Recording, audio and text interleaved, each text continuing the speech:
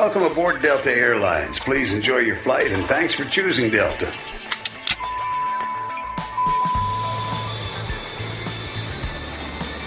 Jody Avirgan here. Thanks for listening to ESPN Film's 30 for 30 podcast from the producers of the award-winning 30 for 30 series. These new audio documentaries are an incredible collection of sports stories you need to hear to believe. It's really a win-win. Delta Airlines makes your travel experience easy and enjoyable with real-time bag tracking, e-boarding, and passport scanning during check-in. And ESPN's 30 for 30 podcasts make your in-flight time rich with stories that will keep you coming back for more. So sit back, relax, and keep listening to some of the most compelling sports stories ever told.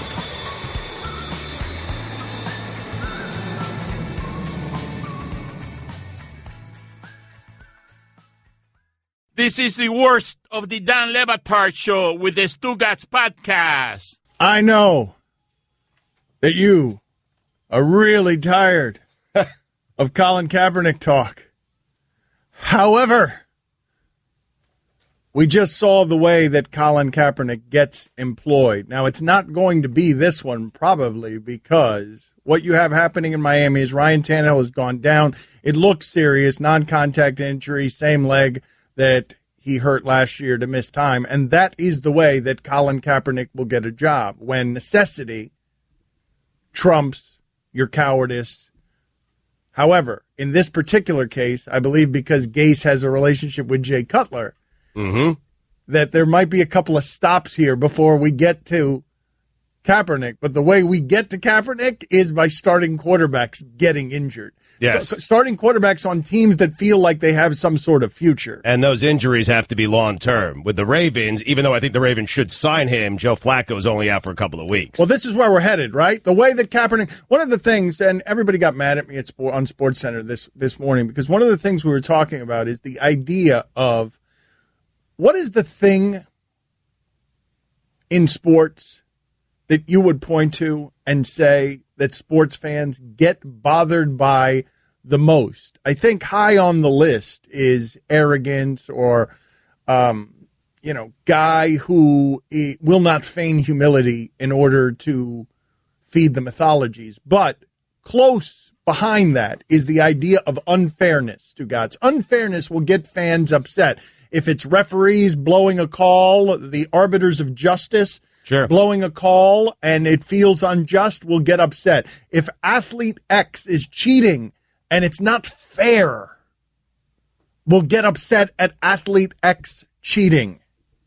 If, going off to the far extreme, if O.J. Simpson seems to get away with something with the justice system and it feels unfair, people get mad. And what you have happening here with Colin Kaepernick, to me, is a little bit of a litmus test on how important do you think fairness actually is?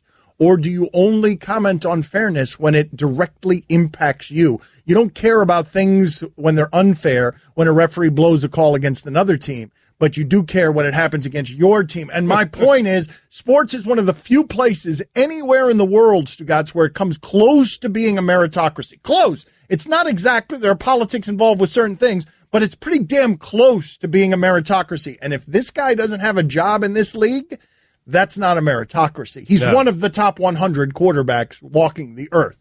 Easily. And if he doesn't have a job, it is unfair. It's unfair. Oh, I agree. According to the measurements of a meritocracy. Well, and when you factor in, I understand people objecting to what it is he did, but he really didn't do anything in the grand scheme of things. Okay, and while I don't want to cover the same ground that we've been covering on Colin Kaepernick, this is what has to happen. That violent sport has to start gobbling up some quarterbacks.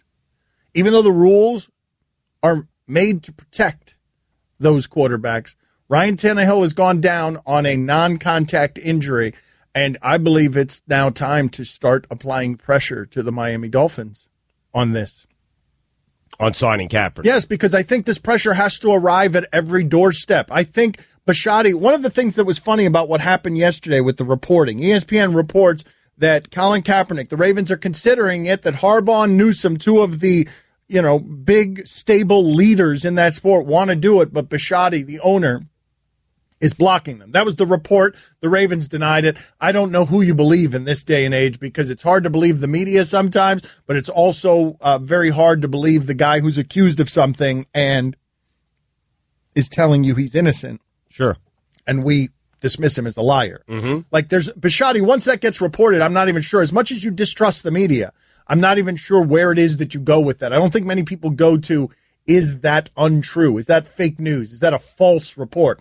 I think people are inclined to not believe the denial of the Ravens. I think you're probably right. But the irony of this in what happened yesterday, Stugatz, and it's fairly amazing when you think about it, the Ravens have been the only ones willing to be honest about their process on this. Yep. And furthermore, they've come closer to signing him than any other team has. And what is your reward for that? Bishotti, you're a coward. Right. Like it's, and so that's where we are with these things. And you have to bring this pressure. Like this is unjust. It is simply unjust. And frankly, I don't care what you think about this issue. It's unjust that Colin Kaepernick is one of the best quarterbacks in what is alleged to be a meritocracy. Right. Well, just make yourself, the top 100 in whatever profession in whatever occupation you have. You're the top 100 at what you do, and you can't find work. Think about that. Think about how that would feel to you. You cannot find work, and you're really good at what you do. It's not just not finding work, Stugatz, because I actually think a lot of people can understand the boss. This is what it is. I think a lot of people would agree with the assessment. Should the boss be able to hire whomever he wants for his business? By itself, in a vacuum, that one is one that a lot of people will argue. And if they're interested in dismissing Colin Kaepernick, that's one of the things they will argue. Hey, man, a business owner has a right to choose his employees. However, this is where it's different. That particular business is not like your business in this way. Go ahead and beat your wife and get arrested and see if you still have a job tomorrow. Right. That particular business makes concessions all the time in the name of the meritocracy, in the name of talent wins. Mm-hmm. It makes those concessions all the time. That business can't take the moral high ground on this. Right. That business cannot hide behind our owners, not when you're representing America's sport, not when you're charging the military to put that flag that he's kneeling next to on the field to begin with. You're getting the military to pay you for the right to put the flag on that field. To play the other side, though, they make concessions on guys that they deem valuable, that are worth making the concession for, right? They didn't do it for Ray Rice. They did do it for Greg Hardy because they thought Greg Hardy, he was young, he's a pass rusher, he still had something left. They do it based on merit, is what I'm saying. Right. Ray Rice, they were trying to fight for him. This same ownership group in Baltimore was trying to fight for the guy they knew in Ray Rice because they thought it was a mistake that he made. But this business can't take the moral high ground on stuff that's just or unjust because that business has in every huddle guys who wouldn't be allowed in your workplace. Like they simply wouldn't be allowed to work. Like, you know how hard it is, people who have a criminal record, to get jobs? Yeah. Like, so that sport is making all the time these kinds of concessions. But not doing it here. Well, how do you put the pressure on the Miami Dolphins? How do you do that? Because what's going to happen, and this is how good old boy stuff happens, Stugatz, like if Gase does have a problem at quarterback, my guess is he's going to go either Romo or Cutler. Now, Romo I understand because that feels like merit. Most people would argue Romo's better than Kaepernick. That feels like merit. But it becomes hard to argue that Cutler is much better than Kaepernick. But Gase has got the relationship with Cutler. And so all things being equal, of course you're going to take the guy with back issues instead of the guy with black issues. All things being equal. Right.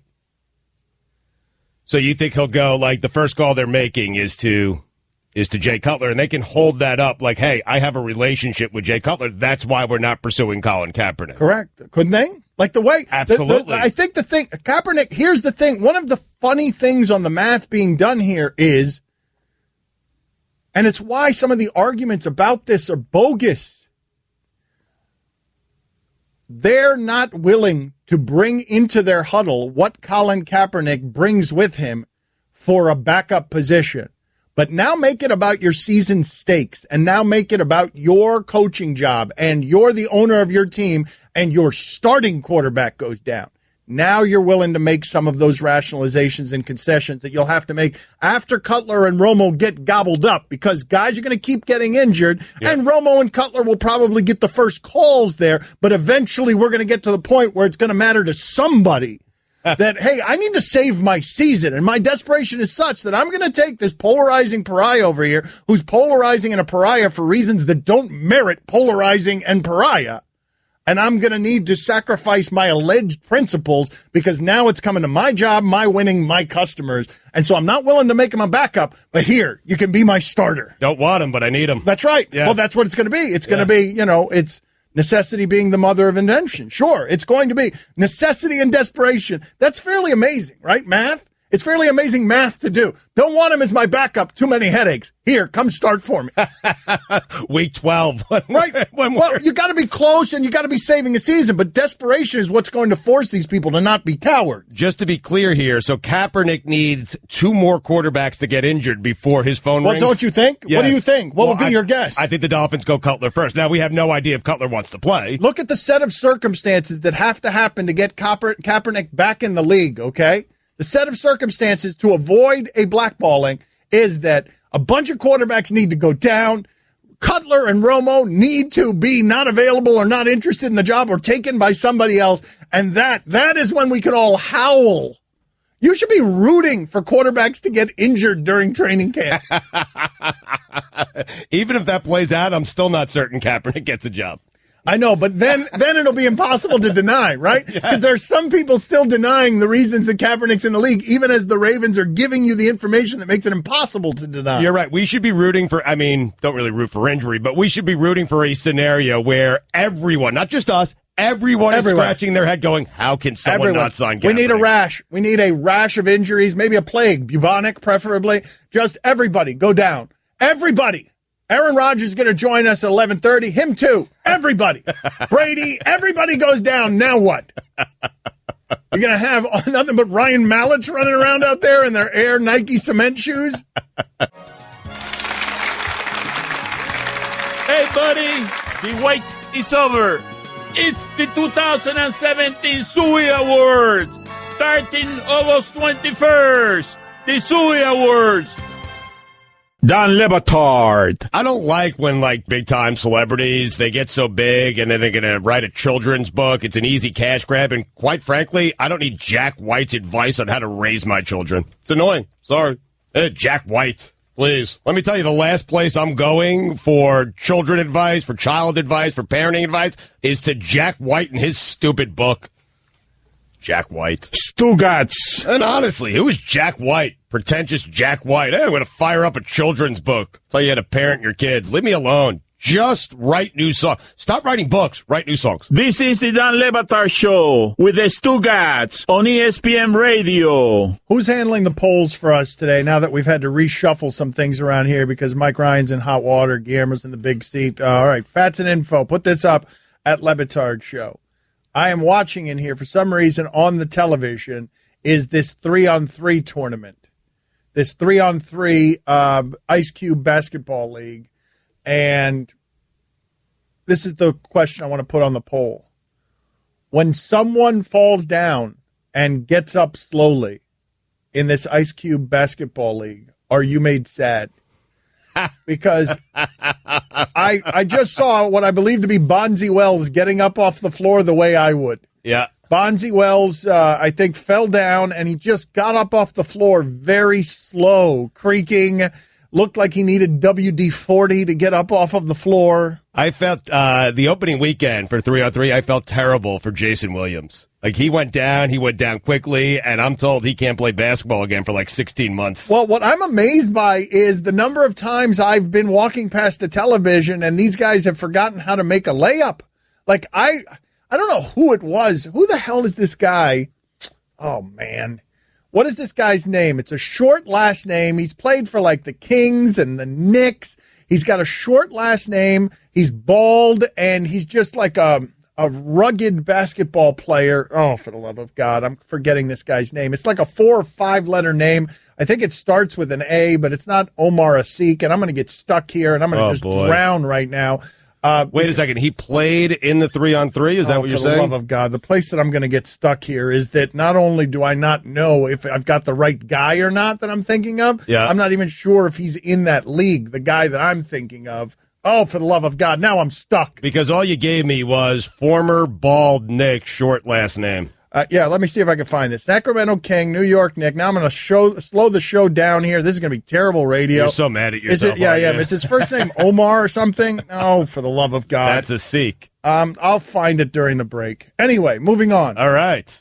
We got stuck there for a second. I'm sorry. We were spinning our wheels. We needed somebody to come and push the vehicle out of the quicksand. No one noticed. Have you watched this league at all? Because I'm confused by the rules. Because I saw that it said second half, but then it also said first to 50 wins. So is it timed or is it not timed? Like, is halftime 25?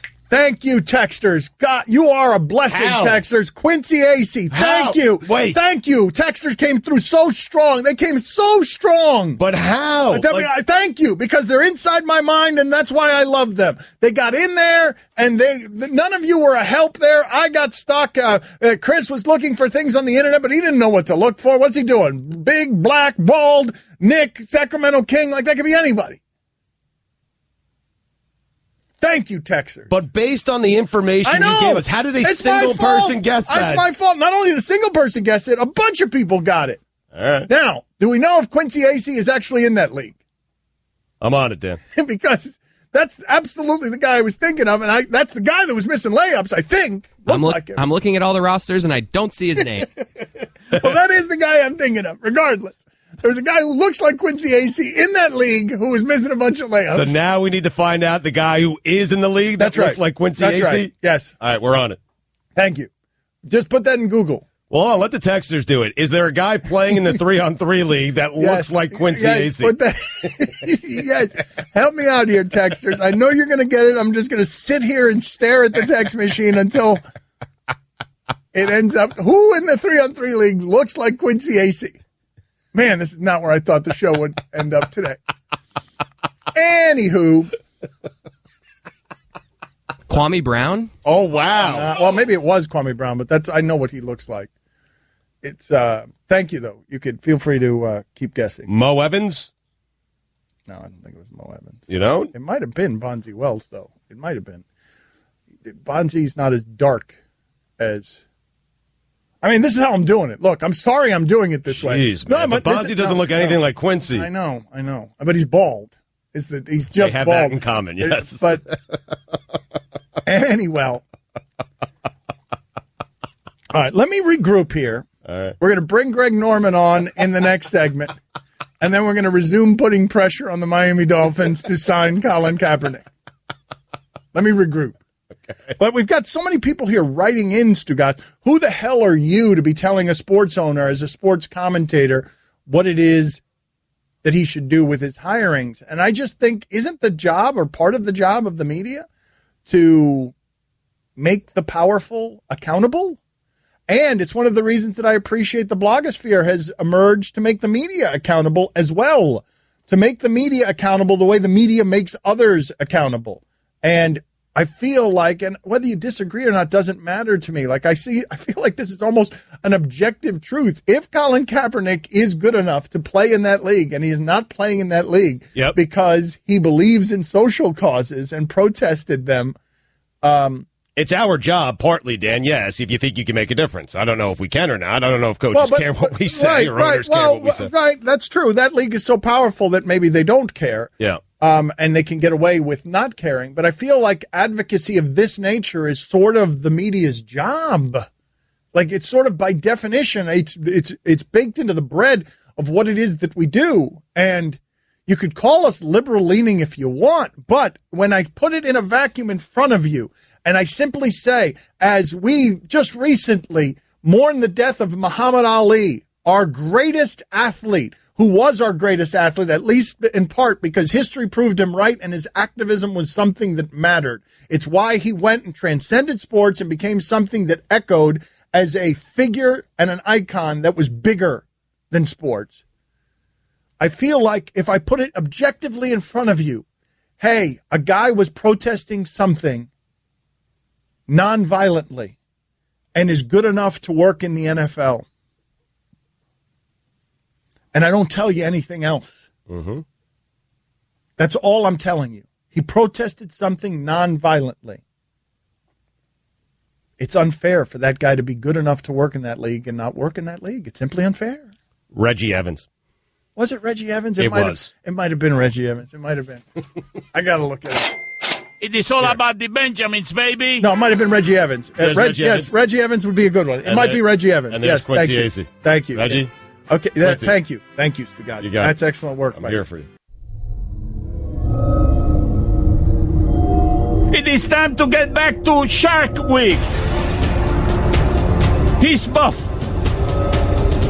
He's sexy. He's had this like a shark fin. Let's get naked with the shark. Greg Norman. ESPN Radio is presented by Progressive Insurance, the Dan Levitard Wow, you Show. guys put a lot of time into that, huh? You guys worked real hard on producing that, did you? You just let my dad say whatever he wanted to? Is that what happened? Man, oh man. You guys are the height of laziness around here trying to produce this radio show. Like, that is not trying at all. I mean, Greg Norman has to be so disappointed. I mean, it's listening like, to that what at is all. this? Yeah. What kind of crap is this? I'm putting on a Miami Dolphins hat to put public pressure on the Miami Dolphins right now to Nice. sign Colin Kaepernick. Thank you to New Era for sending these hats for no reason whatsoever other than they always see me in New Era hats. The Dan Levitard Show is brought to you by Pennzoil Synthetics, taking synthetic motor oil performance to a whole new level. Make the switch to Pennzoil Synthetics today. Greg Norman, it is Shark Week. He's going to join us here in just a second on the Shell Pennzoil I've Performance never been line. more embarrassed by our production crew than what they just did right there. Here's your SportsCenter update. Thanks, Dan. Hall of Fame game this evening. There is football tonight. 8 Eastern, Cardinals and Cowboys on NBC. Dolphins starting quarterback Ryan Tannehill suffered what appeared to be a left leg injury Thursday and was taken off the practice field. And finally, Krispy Kreme and Reese's Peanut Butter are coming together for the ultimate donut. These donuts are filled with a Reese's peanut butter cream filling, dipped in chocolate icing and topped with a chocolate and peanut butter drizzle. And Reese's mini peanut butter cups. Oh my goodness. Chips and peanuts. I'm going now. For all the latest headlines and information, tune in to SportsCenter on ESPN Radio all throughout the day. Love this guy. He's been on with us every day this week. We've really enjoyed his company and his stories. He's really interesting for a lot of different reasons. I was going through his Twitter timeline yesterday. I sent you a couple of these things. I mean, this guy is like a thrill junkie. He's a maniac. Yeah, he lives a big life. He lives. So what, Greg, thank you again for making time for us. How would Greg Norman describe his perfect day? What would it look like? Oh, it depends on where I am, whether I'm down under in Australia on the Great Barrier Reef or diving cenotes in the Yucatan Peninsula or diving in Truck Lagoon or in the mountains of Colorado or maybe in the Himalayas where I was just recently at Bhutan. So totally depends, boys, and welcome to part 3. Well, it's got to be outdoors, though, right? It's got to be outdoors. I'm guessing there's no circumstance under which Greg Norman's perfect day is indoors. Well, yes and no. If the business world, we've got some wonderful things going to market here in the next couple of months that we've been working on for 4 years, which is very, very exciting for the golf industry. So that is consumed my time in indoors, and I absolutely love working and doing it at. What do you have any unreasonable fears? Is there anything that Greg Norman simply will not do, and you are willing to acknowledge it's because you cannot conquer this fear? I would say the one thing that probably would get me is probably rock climbing. Doing some of the things like Jimmy Chen, I don't know whether you follow him. He's an incredible skier, rock climber, done Himalayan mountains. When I see some of the stuff he does, I go, oh my gosh, I don't know whether I have the intestinal fortitude to be able to do that. But that may be the only one. I've skydived, I've scuba dived, I've done some crazy things in race cars and stuff like that. So I've been very, very lucky to. And I've, flown with the Blue Angels and taken the stick and done my inverted rolls and all hammerheads and all that stuff. So anyway, I've been very lucky. Well, hold on a second. What is the single greatest thrill that you like? The single most thrilling moment? Is it from golf or is it from somewhere else? Where Greg Norman would point to and say, this pocket of time, whether it's 10 seconds or a minute, was the most thrilling time? I would say doing a trap on the USS Carl Vinson, where we did a couple of takeoff and landings, and that was, to me, was exhilarating because I always wanted to be an Air Force pilot. I wanted to turn and burn and have my hair on my butt on fire as I chased bad guys and shot them down. And so really, to me, that was something I always wanted to do. And when I did it a few years ago with the Admiral of the Pacific Fleet, it was just an incredible opportunity. How confident were you? Did you say you were rolling the airplane? How confident were you when you were doing that? How fast were you going? How much control did you have over the proceeding? Well, I was out of control. How about that?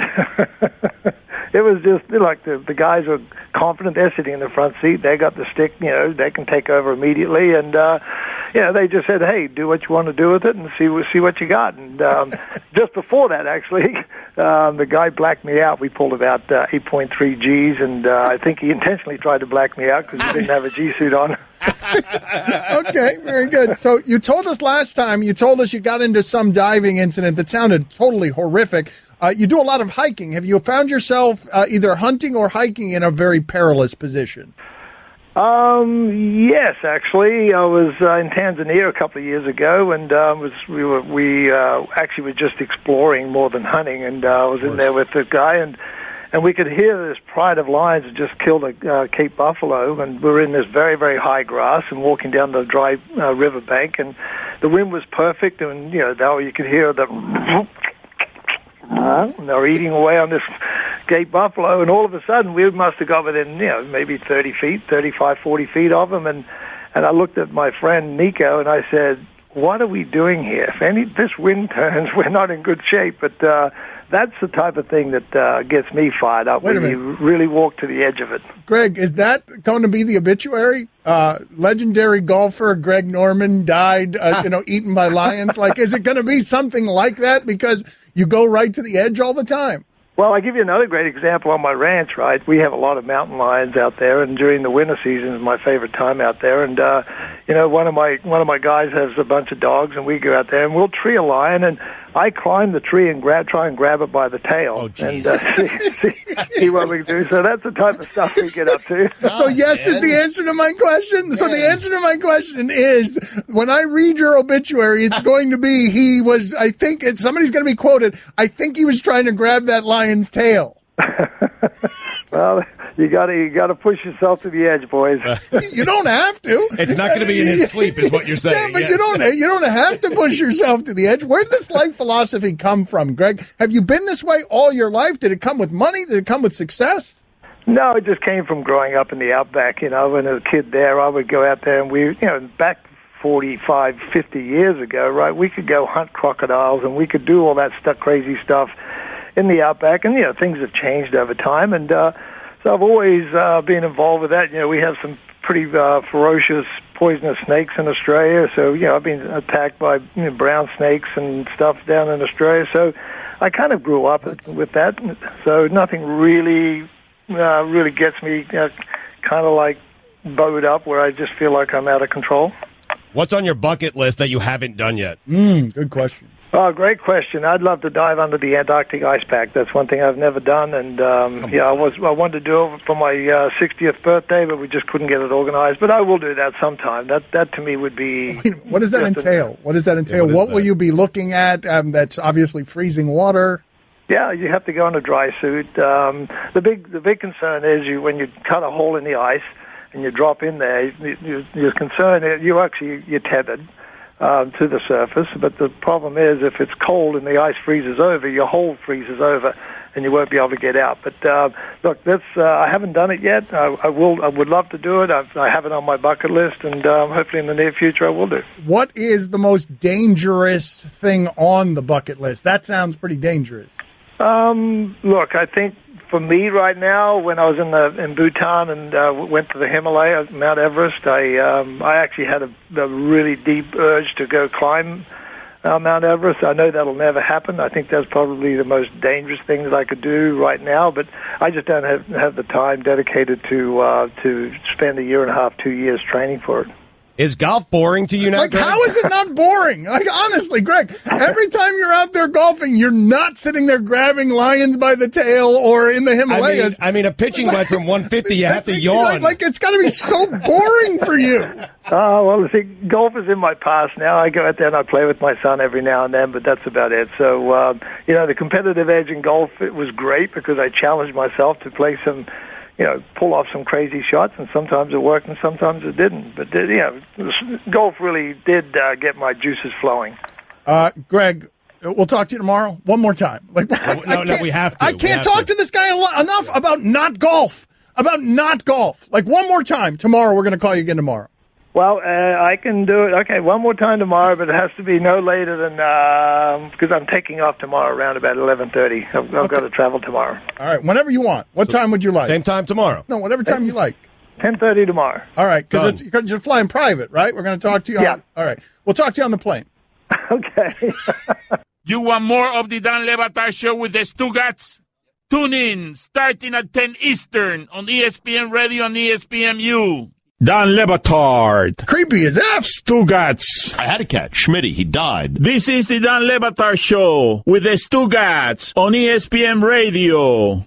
Aaron Rodgers, the Packers quarterback, is going to join us in a half hour. I really like this next guy. I've liked him for a long time. Real professional. Al Avila, Detroit Tigers general manager with us, and he recently traded his son. He also recently, not that long ago, refused to sign his son and let him walk. I don't know whether he was asking for too much money or not. So I ask you this question, Al, and welcome you onto the program. Why do you hate your son?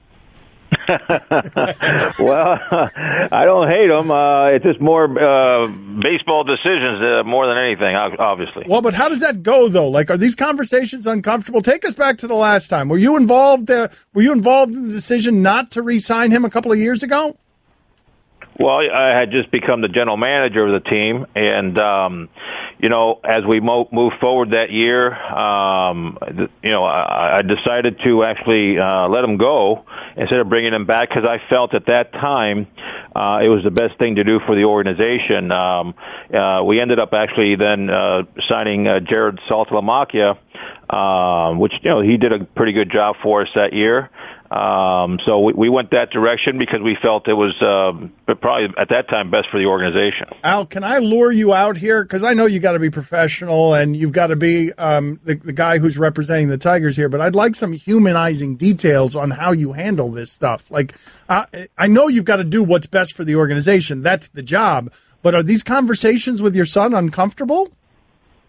No, they're not really uncomfortable. Actually, they're very normal, just like if any other player, to tell you the truth. I don't know if you remember this, Dan, but many, many years ago when I was working for the Florida Marlins, and the Marlins were being sold and everybody was going their own way, and I kind of was the last man standing there running the team there at the end, kind of keeping it together until the sale went through. You told me one time, you said to me, one advice I'll give to you is you should keep your players informed of what's going on and not keep them in the dark because they will appreciate that to be being treated like human beings. And I always remember that, and it's always been one of my things where I try to communicate to the players everything that I can that's in my power that would not damage either private information that the player shouldn't have or myself, but I always try to keep the player informed to some degree of what's going on with him, and no different with my son. So whether it's Justin Verlander or Justin Wilson or my son Alex, you try to keep them abreast of the direction of the club and what the possibilities that can come across. So good communication is essential in any business and anything you do. And I learned a long time ago that it's always good to stay in communication with your players. Al, I have one life philosophy: happy wife, happy life. Does your wife get mad at you? Does your wife get mad at you for how you treat your son? It's a good question. Not how you treat your son, but no, not that. But trading your son. Is your wife telling you don't do that? Are you consulting with her? That's a good question. Actually, my wife has not been the problem. The problem has been my mother, Alex's grandmother. And she is the one that has called me constantly and told me, don't do it. And she gets animated, and she got mad, and she actually got mad. And, of course, Dan, my dad's been in baseball for, 70 years, so he knows the business, and he will tell her, hey, cut it out. You got to do what you got to do. And she's like, I'm not kidding. She was animated. She was like, she didn't want it to happen. All right, Al, would you please do me the courtesy of making this the single most Hispanic moment in the history of ESPN Radio while imitating his grandmother? Can you please put on your role-playing outfit and say exactly what she said to you in Spanish, animated, how she said it, how she said it, and what she said, Al. Al, did she curse you out? Well, she doesn't curse, but she made sure made her point across that I should not trade my son, and she gave me the reasons why. Of course, none of them had to do with baseball. Al, do me the favor, please. And obviously my grandkids, they're also part of the process.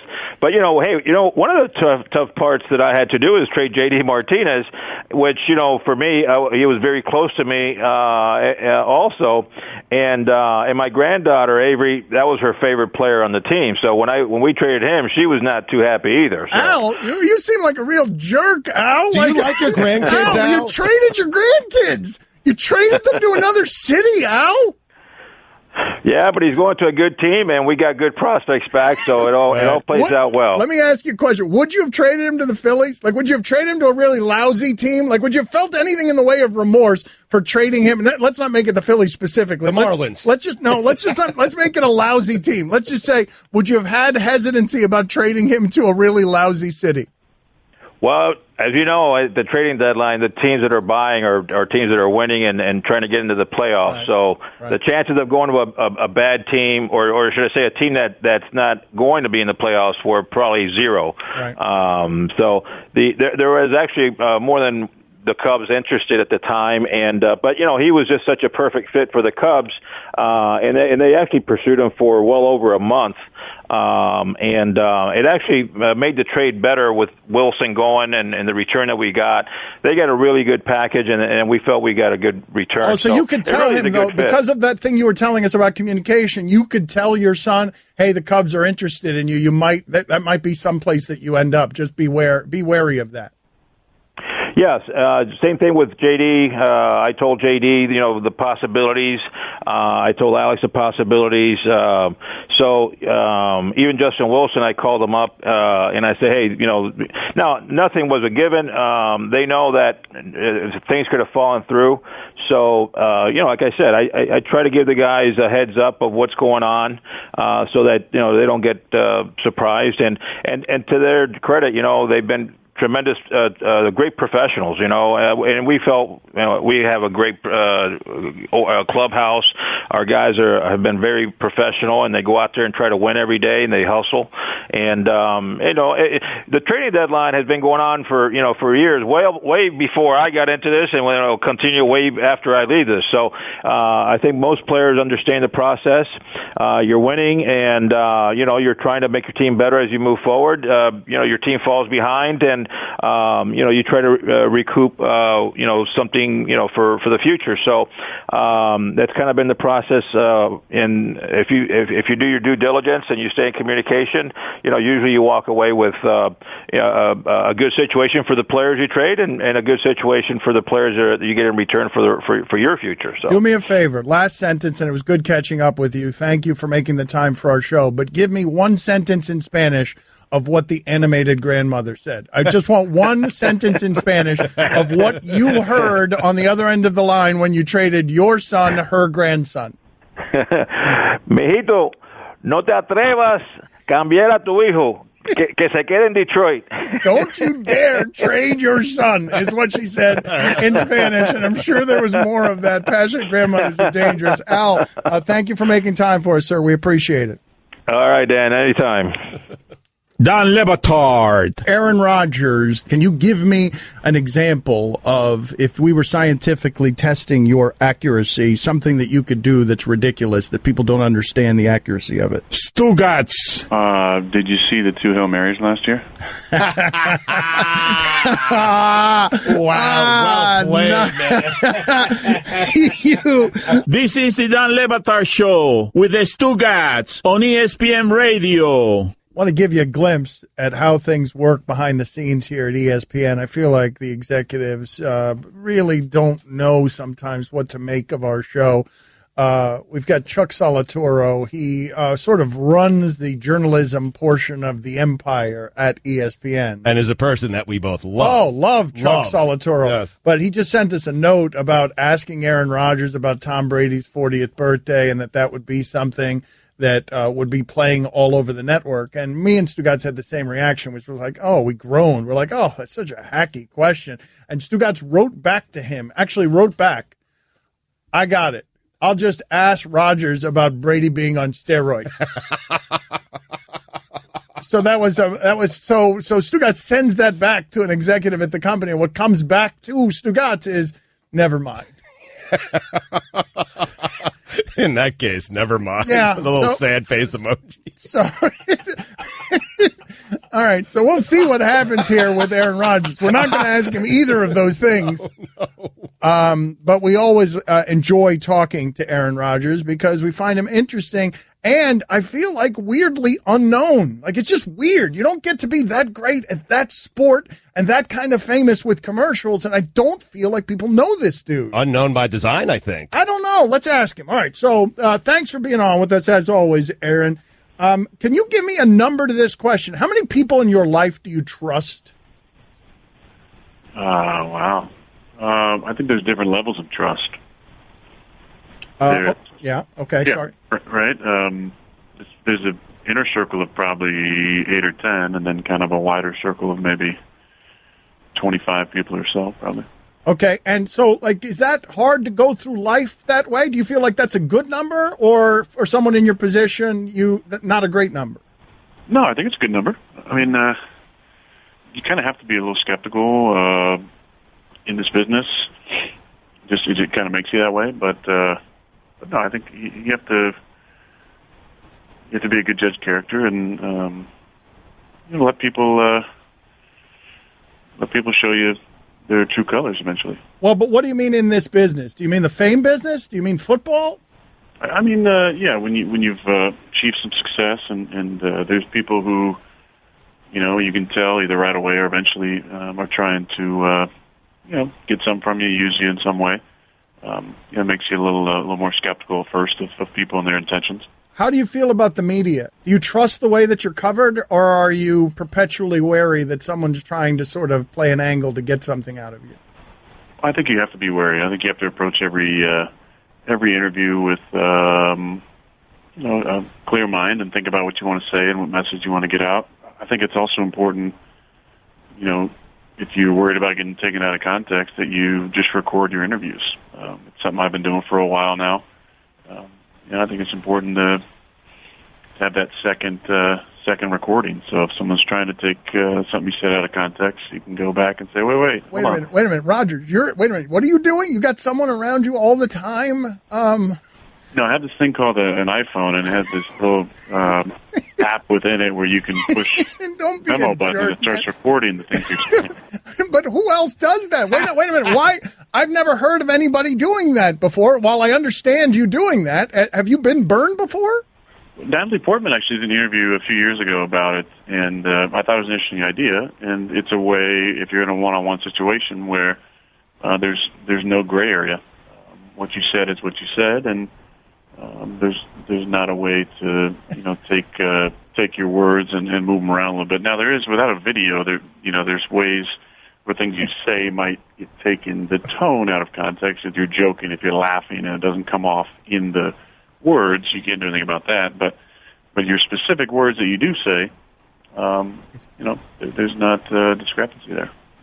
All right, hold on a second. Are you paranoid? And again, I'm not accusing you of this because I know that sometimes people have a persecution complex but are also persecuted. This is a very reasonable fear that you have, and these are great lengths you're going to protect it. But I'm just curious, are you a little bit... I wouldn't say this is not great length. This is me pushing a button on my phone simultaneously with the interviewer doing the exact same thing. Aaron, Dan thinks this is a lot harder than it actually is. I'm just saying I've never...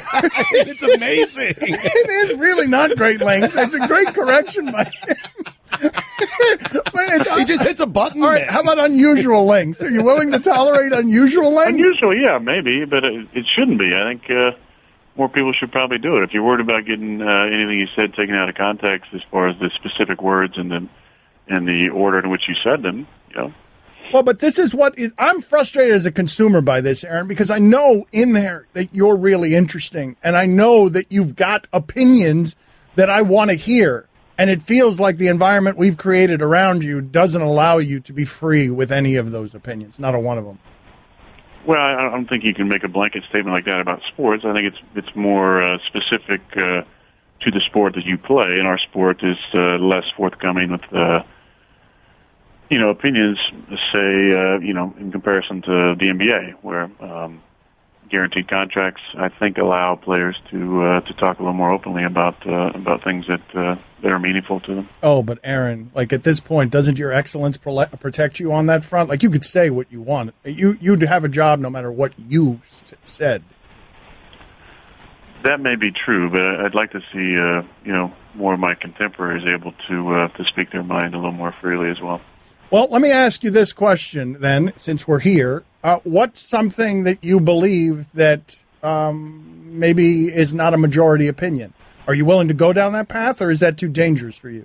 I like specific questions, but I don't know if this is the forum, Dan, where I want to make a statement that your network's going to run with and put on a banner. I mean, I said they asked me a fan opinion question in my locker room interview the other day about how I felt about fans believing that the team is okay with mediocrity, which I thought was an absolutely ridiculous question to even pose to me, that we're going to start entertaining fan questions in a locker room setting.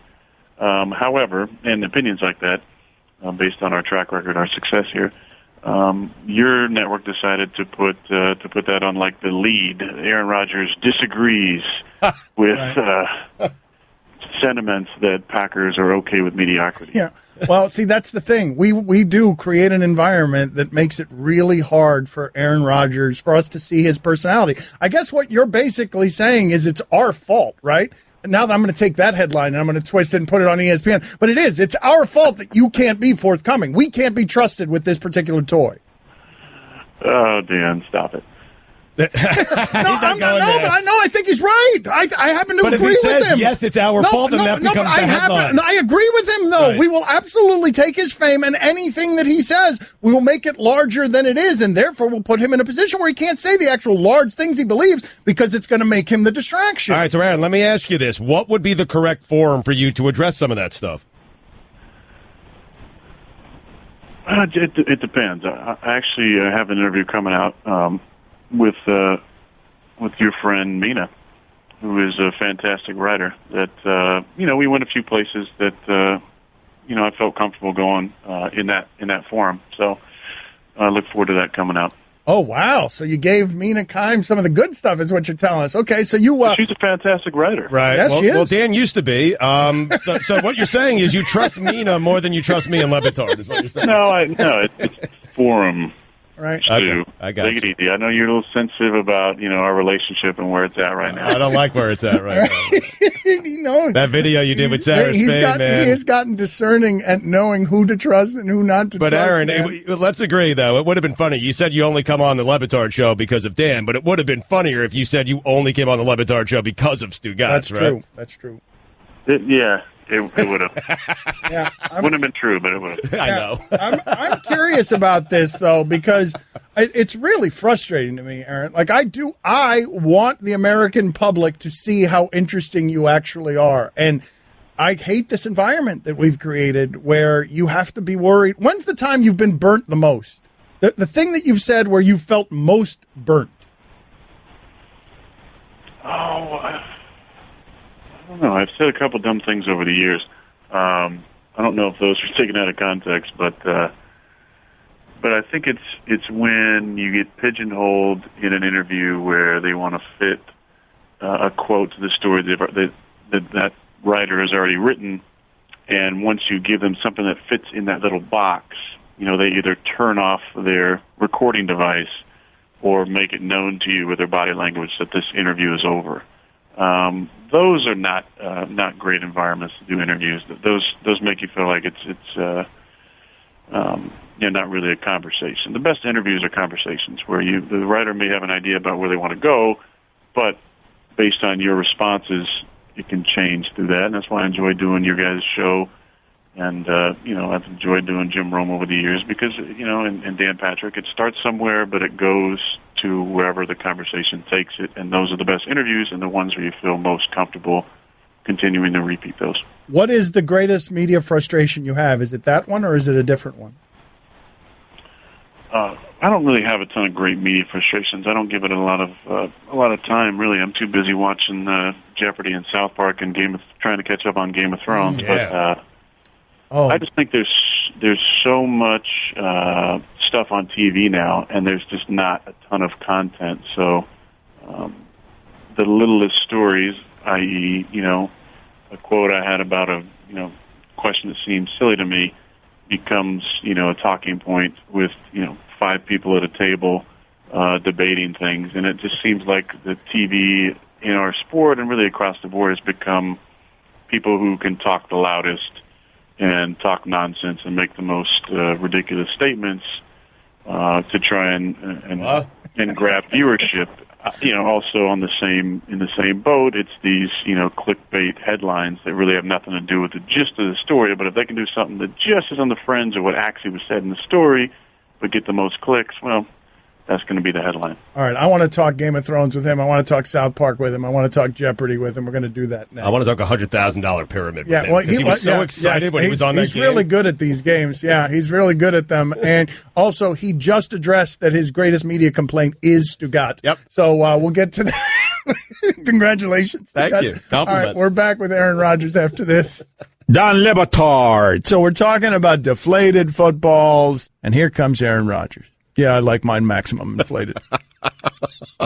I like my football super inflated. Big as possible. Yeah, inflated more. I'll throw a beach ball for 300 yards. Yeah, I will. You watch me. Stugats. That'd be tough in the wind, though, right? Not for me. No, sir. 350, 4 touchdowns. Beach ball. This is the Dan Le Batard Show with the Stugats on ESPN Radio. ESPN Radio is presented by Progressive Insurance. Aaron Rodgers, nice enough to stick around for a second segment. We love having him on, and he continues with us here on the Shell Pennzoil Performance Line. He is measured, he is meticulous, so this might not be the best way to do this, but I'd like to ask him some rapid-fire questions because we only have 5 minutes left. Of all the perks, Aaron, in your life, Jeopardy, $100,000 pyramid, all the silly perks, which would you consider your favorite? Jeopardy. Of all I want to go back. Yeah. I want a battle royale with Cheech Marin. He's won some Celebrity Jeopardy deals over the years. I want to take him on. Oh, wow. So you're issuing a challenge now publicly? You want more Jeopardy appearances? You slaughtered in the first one, right? I wouldn't say slaughtered. If you'd watched the practice game, it wasn't taped. I did dominate that. I did okay in the regular game. We brought it home for the MAC Fund, but yeah, I want let's do a little tournament. There was like 6 or 7 episodes. It should have been maybe a semifinal and final. And what was the answer you were proudest of knowing? What was the one answer that you were proudest of knowing? Oh man, I knew a lot of the Bible category. I grew up going to church, so I was good with my recall there. I felt good about that. I got a science question before the astronaut did. It seemed like an easy one to me. I just buzzed in, not 100% sure on the answer. The answer was reaction. Right. So I felt good about that. I got a Bruce Springsteen question. Nice. I have a wealth of random knowledge, information in my head, and I'd like another chance to battle on there again. Give me an example of Aaron Rodgers being totally and unreasonably competitive, where even you realize I'm being ridiculous here. I think when you're a strong competitor, you don't ever realize it's Never? Like, there's never one thing where you had to beat a kid in a sack race or something and left him crying? Because, Aaron, I saw you when you won the $100,000 pyramid. And you didn't win. You won it for whoever the contestant was. You were. That's the most excited I've ever seen you. I'm serious. More than the Hail Marys? Yeah. More than the Hail Marys to extend games? Talking to her off camera, though, and then hearing, about her family and how much, what she wanted to do with the money. I mean, that made me really excited / nervous about the competition because, both Aaron Andrews and I, we really wanted to win money for our people. And, she won both the first game and the second game, went to the final circle twice, didn't get to $50,000 the first time. So I just felt like even more pressure. We got to get her more than, $15,000. She's got some kids. We got to get her some money that can make a difference. So that to me was really exciting. Give us 20 seconds, if you don't mind, on South Park. Give us something like your most memorable, because you love that show, right? You went to the studios, I think. Well, but just the idea that you love that show tells me that you've got all sorts of irreverence buried beneath you that you're not showing us. I do. I did get to meet Trey. It was fantastic. I've been a fan of his for a long time. I think the show is fantastic. It goes to places using humor with topics that are on the minds of people every single week. They put the show together in a week. It's incredible what they do. I'll just give you this little tidbit. When I broke my collarbone in 2013, the one thing that allowed me to have some type of joy and humor in my life to get through those rough stretches where I wasn't playing and had a hard time sleeping was I watched Team America World Police multiple times during the first few weeks. And just the ridiculousness of that movie, getting to talk to Trey about how they put that together and the difficulties with, the sets and the rewrites and, moving the puppets a little spot and shooting again, all they went through. And then to learn about, one of my main questions was, do you have a problem with Matt Damon? How come you only let him say his name? And he seems like he's mentally slow. And they said, no. We love Matt Damon, but when the dolls came after they ordered them specific, his just looked so off that they had to go back through and do total rewrites where he used to have a bunch of lines, and after that they only allowed him to say Matt Damon because his doll actually looked a little strange. Not enough time, man. We're out of time. You want some more questions? You're bored? We can let you go. You've already given us 2 segments. We're up against the clock. We got to let him go. Yeah, I mean, I'm sure you got some better people coming on. I got so many questions. All right, I got to go work out. All right, go get your workout in. We'll talk to you soon. Always good talking to you. Thanks, guys. Thanks for having me on. Stu Guys, be good, man. All right, thanks, sir. You're listening to Love Advice with Leanne. Caller, you're on the air. Hi, Leanne. Long-time listener, first-time caller. Why, in your professional opinion, do you never take my calls off the air? Is this Carl? Yep, it's Carl. I mean, we had a few dates. Everything was great. I thought, Well, when you switch to Geico, you could save a lot of money on car insurance. Okay, awesome. You should call them. I will. Geico, because saving 15% or more on car insurance is always a great answer. Dan Le Batard. Mike, how'd you feel that went? Was that okay for you? No, what do you think about it? What do you think? Since you think you're being smart a little bit about it, what do you think I went? No, not being smart. I would not do that to Mike Tyson. I'm not being smart. No, sir. I say it in the most respectful way possible. Well, you're the interviewer, so you tell me how it went, buddy. Stugats. I'm sorry if I've upset you, Mike. Thank you for being on with us. No, you didn't upset me, because if you upset me, you would have known about it. This is the Dan Le Batard Show with the Stugats on ESPN Radio. One of my favorite things around here is seeing how Stugats messes up easy words because of the speed bump on the way to the difficult words. He was absolutely worried about pronouncing that French city, so he mispronounced oysters. I did. Well, did I really? I was concerned about the French city. I was concerned about Tony's last name, Bethelo, something like that. I don't know what I said. But you're right. Like, how do you pronounce this? Oh, I don't know how you pronounce it. Ilderie? I don't know, but you got scared of it. I felt I tripped up on oyster? A couple of words beforehand. Yes, hate it, man. Texters are writing in. You guys are so odd around Aaron Rodgers. Another texter writing in. That interview stunk. Fat face wants to be Aaron Rodgers' friend so bad. I really respect and admire that man's craft, first of all. What he does, the way that he does it, I like the way that he does it. I also think that there's someone in there that people would like if they got to know him. But because of a set of circumstances, he's had to conceal that person. And it sounds like he's more comfortable doing that now. He's giving Mina Kimes an in-depth interview where she's, and going over some subject matter that perhaps he hasn't gone over before. Do you find it interesting that Aaron Rodgers, put this on the poll, please. Do you find it interesting that Aaron Rodgers tape records his own interviews?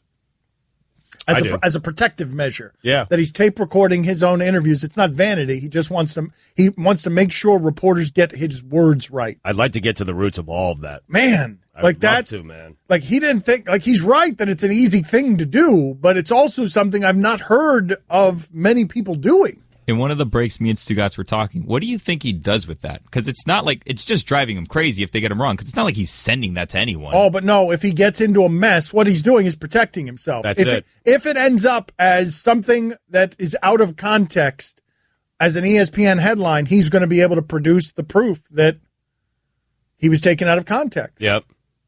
I love having him on, and I do understand to an extent some of the objections from the listeners. But they have to understand, man, he comes on this show to not be asked about Colin Kaepernick and Tom Brady being 40 today. And if we ask those questions, he will no longer come on the show. I don't know that that's true. He just won't enjoy himself talking to us. And he'll go into, we've had it happen. Yes. He'll go into robo-quarterback. He'll go into hiding behind the protective disguise of here's your boring answer that you can't do anything with and is going to bring everything to a halt. And because he's so measured and so meticulous about how he answers questions, he's not here to entertain you. And so many of you are complaining about that interview because you wanted us to talk to him about other things. But I could talk to that guy for a long time because I would really, what you're hearing in my voice is, yes, I would like to get to know that person because it's not normal for us to have superstar athletes be that kind of famous and you don't really know them. Correct. Like, you know Kobe. You know Michael. Even though Jeter and Brady have been very protective of their personalities, you feel like you know plenty about them. This is not normal that Aaron Rodgers would be that kind of excellent. And what do you know about him? What do you know? Honestly. Somebody answer that question for me.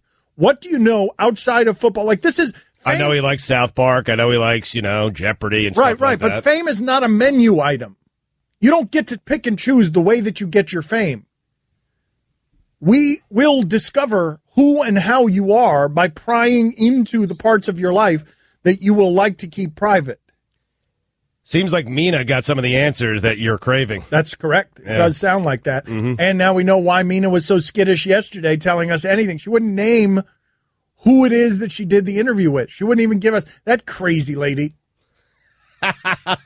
She wouldn't even tell us. She wouldn't give us any details. Aaron Rodgers, Mina's probably right now seething somewhere that Aaron Rodgers has revealed that he was interviewed by her. Oh, no doubt. A nothing revelation. Yep. Mina's crazy. In fact, call Mina right now. I'd like to get Mina on the phone right now. She might be right across the hallway here. I don't know. Is Mina here? Is Mina here? Let's find her. Let's look. Thank you. There is our search party has been sent out, and it's Roy. Is she here? All right, not get here yet. Get her. No, she's not here. Not here. All right, well, call her. Call Mina. I want to ask her some questions about how horrified she is by everything that just happened here, because she wanted to protect all of the details to her story, and I think Aaron Rodgers just ruined it. And furthermore, the people at ESPN must hate us so much right now. Oh, my God. Because Aaron Rodgers was on with us, and they wanted to do the thing that Aaron Rodgers was complaining about, which is just take something that he said and put it all over the network. But what are you going to do? Take what he said about South Park on there? Someone walked into someone else's office and said, wow, Rodgers, half hour with Batard. What do we got? Right, nothing. What sound do we have from the famous person that we can put all over the network? We can talk, him winning at Jeopardy. Like, we got nothing. They didn't ask him about Kaepernick? No. They didn't ask him about Tom Brady's 40th birthday? No. That Matt Damon puppet, though. Yes, you can have that sound, Chuck Solitoro. Use it. Spread it all over. The story about Matt Damon's puppet. That's all we got for you. Spread it all over. Put it on NFL Live. Mina, are you there? Unfortunately, I am. Okay, how mortified are you by everything you just learned? I mean, were you listening to the interview as it happened, or were just details trickling in that mortified you? I was not. I was preparing for our television show. All right. Reading that yet another story about Tom Brady's 40th birthday, a thrilling story. Do you remember us asking you yesterday about the recent article you had for ESPN and magazine? giving us nothing. Giving us nothing? Yes, I definitely remember that. Okay, so what Aaron Rodgers told us, what have you learned about Aaron Rodgers? Has anyone gotten back to you and mortified you by telling you that he just revealed that he did an in-depth piece with you in which he wants people to see? Yes. Yeah. And so I'm seeing that on Twitter.com right now. And so how horrified are you? Do you hate it? Do you hate us? I don't hate him. He is free to say whatever. I am. Let's just say I think maybe I'm similar to him in that I do play things close to the vest a lot of the time. You're crazy. You're a crazy person. I am crazy. Okay, you are. There's no close to the vest. Why are we playing this close to the vest? Like that. Like, do you realize what a horrible way to go through life this is? To fear what Aaron Rodgers might say elsewhere because of your private interview that you didn't want anyone to know about, that he just told everybody about.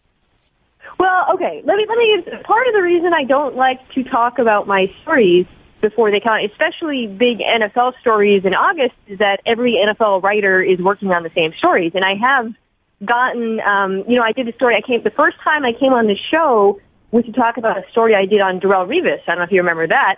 And part of the reason, that story was beaten by an SI story on Darrelle Revis. So there's a little bit of a professional element to all of this.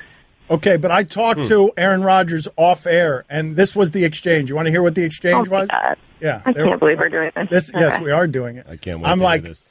I yelled at him, "Did you give Mina the good stuff?" And his response was yes. He gave you the good stuff, Mina. We got Matt Damon puppet stores. We got nothing. Did he give you the good stuff? No, he didn't give us the good stuff. He gave it all to you. No, he gave it all to you. He said he was saving it for you. You always get good stuff. But he said we talked to him about South Park and Jeopardy. He gave you the Kaepernick stuff. We did talk about this show a lot, which none of that's obviously going in my story. And I asked him a lot about his appearances on your show. Did he mention me? What? Did he mention me when talking about the show? What are you doing? Guillermo did the same thing. He just leaned into the microphone. Did he mention me? Like, what is the matter with us? We are all behaving like 4-year-olds. I'm not. You are. No, you're not. You are behaving like a 4-year-old. You wanted to keep your Aaron Rodgers interview secret. Yes or no? Yes. Does he know Fat Chris? No. Fat what? What about Roy? No. How about Allison? I asked him, my very first question in this very serious interview was, did you yell to God? Oh, did he?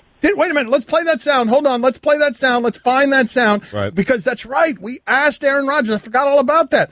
To yell Stugotz during a game, during the cadence, during a call, as sort of an audible, and he wouldn't confirm or deny that he said it, but we seem to have the sound. That's not clear. Oh, that sound's not clear. All right, so that week he went, and everyone thought that he had said Stugotz. It sounded everyone on Twitter, and then we asked Aaron about it, and he just Hold on a second. He dodged the Hold on a question. second. Let me backtrack for a second. Allison is laughing hysterically at Billy. Allison, is it that the sound isn't cleared, or is it that Billy, because Mike's in hot water because of things said about Pal San Antonio and his fake teeth, his alleged fake teeth? Billy did one of his. No, it's not clear. That's right. No. He was saying it to himself. Billy was the height of confidence. He was just so insecure. Was it indeed not cleared, or is it something he just spit because he got scared? He didn't want to look up the sound because he doesn't know where it is. I'm looking at it right here. It says TV roll not cleared nationally. All right, can we play it? Like, what are the penalties in playing it? I want to play it for the audience. What are the penalties? I want to play it for the audience. Explain this. There's probably a pretty hefty penalty. How because much? I don't know where the game aired. I'm assuming it was not on ESPN's network, so maybe all right, it's CBS so Mina, or what did he NBC. tell you about it? Did he indeed say Stugotz, or is he trying to play coy with this? You know what? I'm not going to tell you guys. I was going to tell you, but now Mother. irritated me so much. I'm glad he taped your interview, and I hope you quote him incorrectly, and I hope it ends up on ESPN, and I hope he plays back the sound of your taped interview and that you got it wrong and you got him in trouble. I hope that happened. I'm cobbing it. Cobbing it. I mean, that's a great. It doesn't make funny any to sense. 7 people. I mean, she just said close a business. That makes no sense to anybody. She didn't even use it right. She's afraid of confrontation. So I confronted her. I need to and know. She just blurted, "I'm cobbing it," which doesn't even make any sense. Stu, I'm not mad at you. I'll talk to you later off here. All right, you just text me. Dan's new water world isn't going to pay for itself. What did I He's do? legitimately mad at you, man. The weekend's coming up, and that means you need to clean up your face using the tools from the good folks at Dollar Shave Club. Hold on a second. I want you guys to imagine at ESPN right now, executives going office to office asking each other, wait a minute, they had Aaron Rodgers on for 30 minutes, and there's not a sound in the interview that we could use anywhere on our network? Not a sound. Maybe him exhaling, frustrated. Not even a sound? I mean, the producers of NFL Live are knocking on someone's They're all bumping into each other. They just all they all bumped into Hal Wingo. And they just, what do you mean? They're clucking. What do you mean that show had Aaron Rodgers on for 30 minutes and they didn't get a single useful thing out of him for the network's purposes? How is that possible? The weekend's coming up, and that means you need to clean up your face using the tools from the good folks at Dollar Shave Club. They must be so frustrated by this show. Like, wait a minute, like how? Wait a minute, what? How did they talk to Aaron Rodgers for 30 minutes and there's not one sound that can be used anywhere on our network? It's not just that, it's the sense of pride everyone seems to have with that fact. Oh, I love that. Oh, on our side, yes, I love rubbing that. it in their face. Bleep you, Salatoro. Anyway, Dollar He's so Shave bad Club. he wants him on Mike and Mike. I they hate our show so much. You know how hard that is to do? Seriously. Put this on the poll, Feds and Info. Did you think it was possible to talk to Aaron Rodgers for 30 minutes and not produce a single sound ESPN would want? The Game Show Network could make better use of that. The Game Show Network. Those executives are bumping into each other. Did you hear what Aaron Rodgers said? Don Le Batard. I just looked over my shoulder where Max and Stephen A. were talking to Snoop Dogg about whether or not LeBron is top 5 all time. Get the hell out of here. Stugats. Who's responsible? Is that you, Salatoro? Who's responsible for that at ESPN? Because that person needs to be punished publicly. Frofsky, is that you? Roberts, bald guy in sales. Who did that? You waste his time with is LeBron top 5 all time.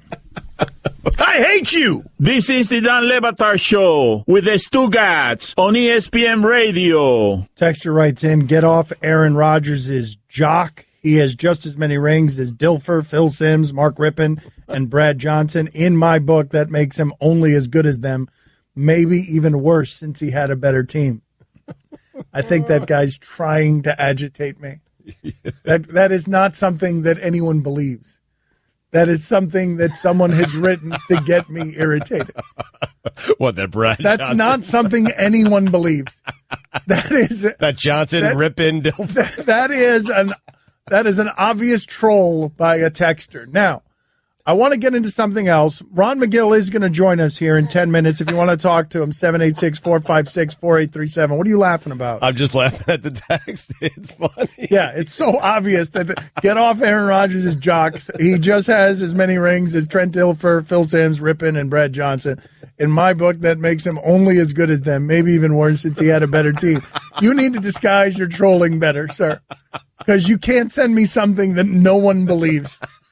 There's not an asylum I could go to. I could visit, put this on the poll, please, Fats and Info.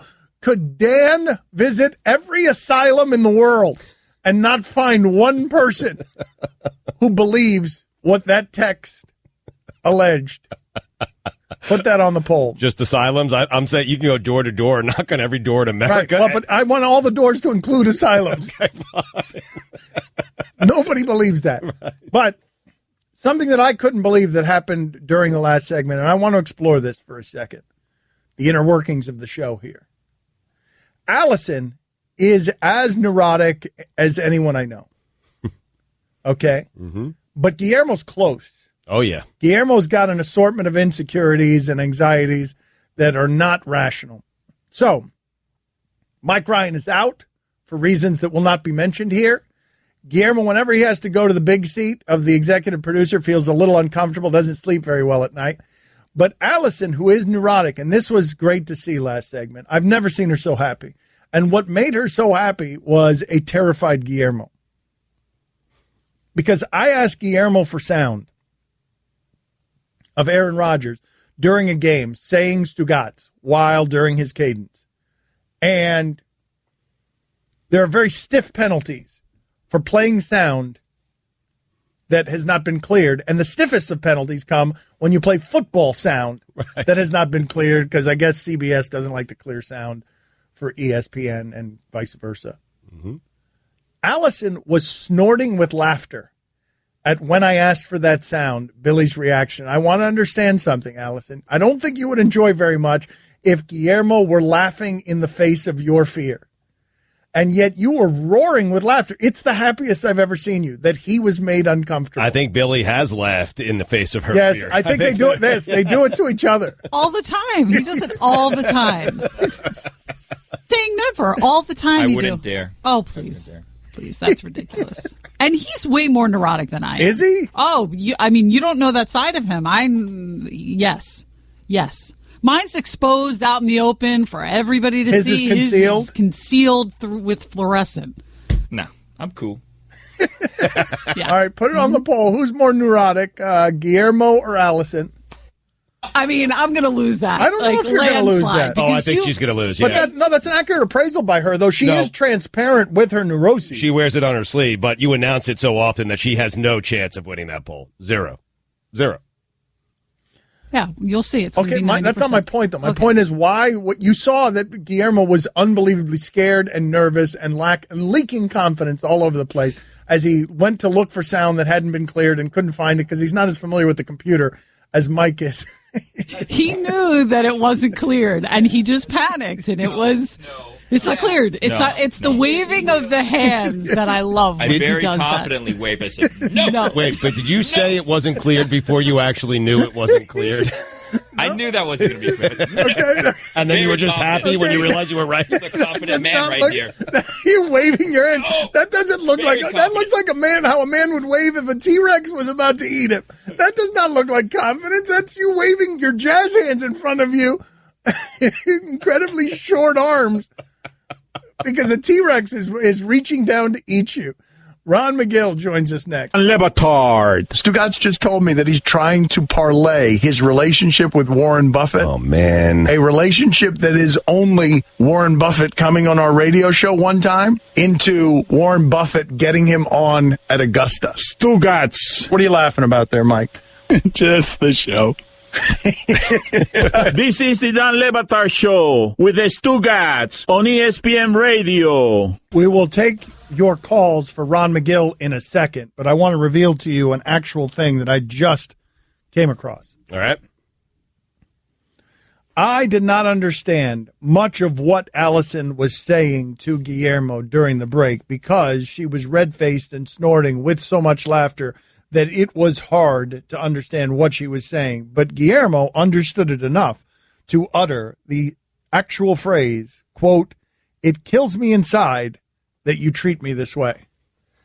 End quote. That was as Allison snorted and roared with laughter right in his face in a way that made nothing that she said afterward in any way discernible. So if you want to talk to Ron McGill, the telephone number is 786-456-4837. We'll start with John. John, you're on with McGill. Go ahead. Yes. Ron, I wanted to ask, I'm having a barbecue next weekend, and an individual within my family has the HIV virus. We have a problem with mosquitoes in my area. Can that virus be transferred if the mosquito bites him to an individual that is not sick with that virus? That's a good question. I'm not a medical doctor, so I can't give you an opinion on that. My understanding is it's very, very difficult for that transmission to happen with anything other than real direct blood contact. But I'm not a medical doctor. You're going to have to ask a doctor about that. Isn't it fairly common knowledge that most diseases from animals are not communicable?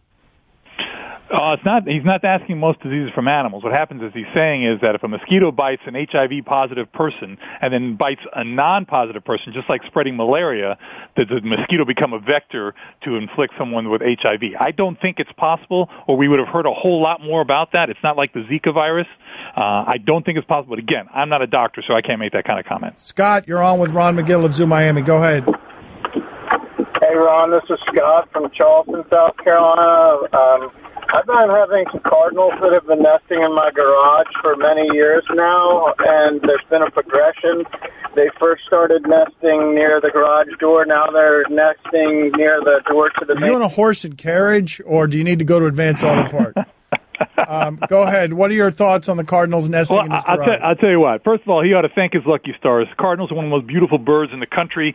To have them nesting by his garage, to be able to watch that is fantastic. They're going to be aggressive just during the time when they're laying the eggs and guarding the eggs and the chicks. You know what? Suck it up for a couple of months, if that. It won't even be that long, and enjoy that. It's a wonder to have such beautiful, gorgeous birds like that nesting in your garage where you can watch them. I'd set up like a little cam. You know what? You can make some money. Put on a little a little cam on them and live stream it, and it can be like April the Giraffe. Watch the cardinals raised in my garage, man. You'll get sponsors and everything. Take advantage. Make lemonade out of the lemons, man. I want them to nest in my garage. Charles, you're on. I'm serious. Charles, you're on. Charles, you're on with Ron McGill of Zoo Miami. Go ahead, Charles. Hi, Ron. I was told that you can tell the difference between a poisonous snake and a non-poisonous snake by their eyes. I'm not sticking my face in front of a snake to find out, so is that true? Well, here's the deal. In the United States, any native snake that has an elliptical eye pupil, like a cat eye, is venomous. Okay, the only venomous snake that does not have an elliptical eye pupil is the coral snake. It's a tiny little snake. It's the eye is like the size of a pinhead anyway. So you're not, and like you said, you don't want to get that close to figure it out. But that's only in the United States, because in other countries there are venomous snakes that don't have elliptical pupils. But generally speaking, in the United States, you're talking about rattlesnakes and moccasins. Those animals have elliptical cat eye pupils. So if you have a cat eye pupil in a native snake in the United States, it's poisonous. I find it amazing, guys, that every week without fail, we learn something around here. That represents the item that I did not know from this week. Jason, you're on with Ron McGill of Zoo Miami. Go ahead. Go ahead, Jason. Hey, Ron. There's been a couple videos circulating recently of seals hopping up onto fishing boats and packs of killer whales following for several miles. Do you see any scenario where that could develop into an issue where they actually start targeting fishing boats? Thanks. It's not that the seals are targeting fishing boats, but I certainly see it where these killer whales can all of a sudden say, hey, you know what? These seals are going to the fishing boats, and all of a sudden start cutting them off. These killer whales are feeding on these seals. The seals are very smart. They learn that they can escape the predation of the killer whale by getting up on a boat, so that's kind of an escape tactic. But as soon as the killer whales start figuring that out, they'll start cutting that access point off of the boat. I can tell you, I just got back from South Africa a couple of weeks ago, and you've all seen, it's been just now Shark Week, right? All the air jaws, the sharks that jump out of the water there on Seal Island. Well, guess what? Those sharks are gone now. The people in South Africa, they're losing their shirts, all the shark diving companies, because there are two killer whales that are systematically killing the white sharks all around Hout Bay and around South African Bay there. And not only are they killing them, they're surgically removing their livers and eating them. That's what they're two brother killer whales that are doing that, and they've interrupted an entire tourism business out there. So killer whales are incredibly intelligent animals, and they can change an environment. But what's going to happen is, just like the great white sharks in South Africa, which have just booked out, they've gotten out of Dodge. There's no more great white sharks there for now. These sea lions are going to learn very quickly how to escape the killer whale. It's a cat and mouse game back and forth. Give us the video that you have in front of you. Not long enough with you today, but we'll get more time with you next week. No worries, buddy. No worries. So this is a video that is interesting. They made a robot monkey, and they've taken this monkey. It's a type of langur, and then all of a sudden it kind of dies. It stops moving. And what they're showing in this video is how this troop of langurs actually starts grieving. There's a curiosity. They realize there's no life in this animal. And I urge people to look at it because it shows how animals have emotion. We've had a lot of calls over the years on this show about do animals have emotions? Do animals grieve? Well, if you have a doubt about that, watch this. Look at the expressions on these animals' faces. Look how they react to this animal that they think has died. And I think you can't help but see that there is mourning and grief there. It's pretty moving. But that was not play-by-play of any video. That was just you giving your opinions, which were excellent. Okay. Well, but that's exactly what it is. You got this little stuffed dead monkey, and all of a sudden, you see one monkey putting his arm around the other monkey. The other monkeys are hugging each other, like saying, "Oh, it's going to be okay." He's patting him. "Oh, no, it's okay. Don't worry. We'll have another one." And they patting each other, and then they cut away to the dead monkey on the rock, and then it's back to the little. And he's hugging each other again. The only thing that's missing here are tears and wailing. Wow. Excellent as always, Ron. We'll talk to you again next week, sir. All right, guys. Have a good week. Take care. Bye-bye. You can listen to the Dan Le Batard Show with the Stugats 10 to 1 Eastern on ESPN Radio, and you can watch on ESPNU.